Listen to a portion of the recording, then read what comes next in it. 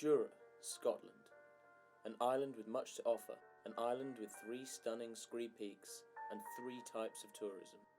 This tourism manifests itself in the walkers, who come to lose themselves in the stunning moorland, and perhaps even scale the 3 paps of Jura.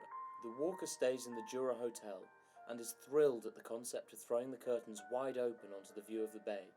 However, the whiskey enthusiast may stay on the opposite side of the hotel, and is thrilled at throwing the curtains wide open onto the view of the distillery directly across the road, especially when it holds an annual whiskey festival for a week in May and produces special edition bottles for the connoisseur. We were more concerned with the third most prominent form of Jura's tourism, the wildlife.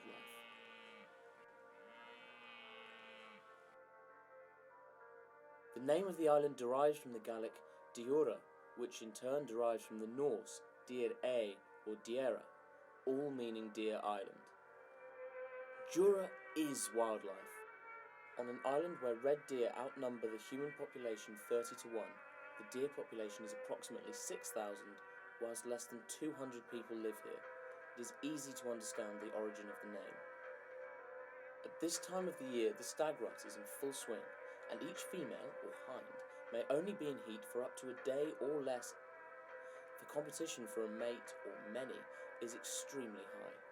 As a consequence, each male must fight for his right to extend his gene pool.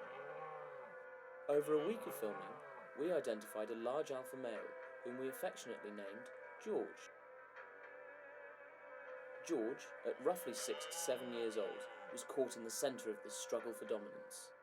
His presence on this feeder field, a field the deer use for softer and sweeter grass, and his dominance over the other stags can be seen by his ever-increasing circle of females.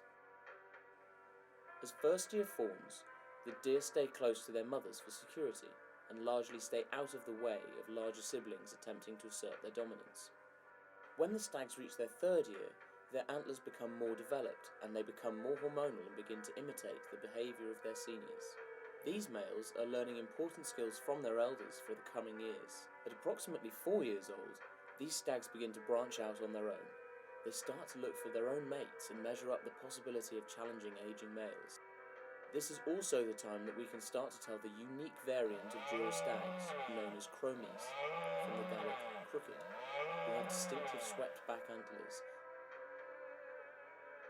These two can be seen practicing their rut to overthrow the seniors when the time comes. While synonymous with the name of the island, the red deer are not alone in this beautiful highland wilderness. Jura is an island with a multitude of habitats, including woodland, bogs, heather, moorland and coastal bays. This in turn means that the wildlife is equally as varied, each species involved in their own daily conflicts. Crows and buzzards engage themselves in elaborate displays of aerial acrobatics, whilst a hen harrier teaches hunting skills to the next generation. Later on in the day, back at the feeder field, George has gathered more females for his harem, and his success is generating tension amongst other stags. To put this situation into a human context, this field could be described as a bar. Being in the centre of these bellows is not dissimilar to an escalating brawl.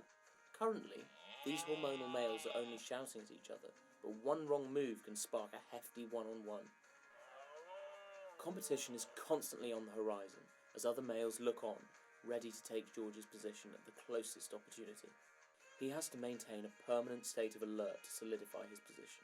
He must be careful to pick his fights wisely, as each action and even constant bellowing and parading the field will tire him out. Something his competitors are all too keen to take advantage of. After having chased off another male pushing his boundaries, George turns to find yet another stag close to his harem and gives chase.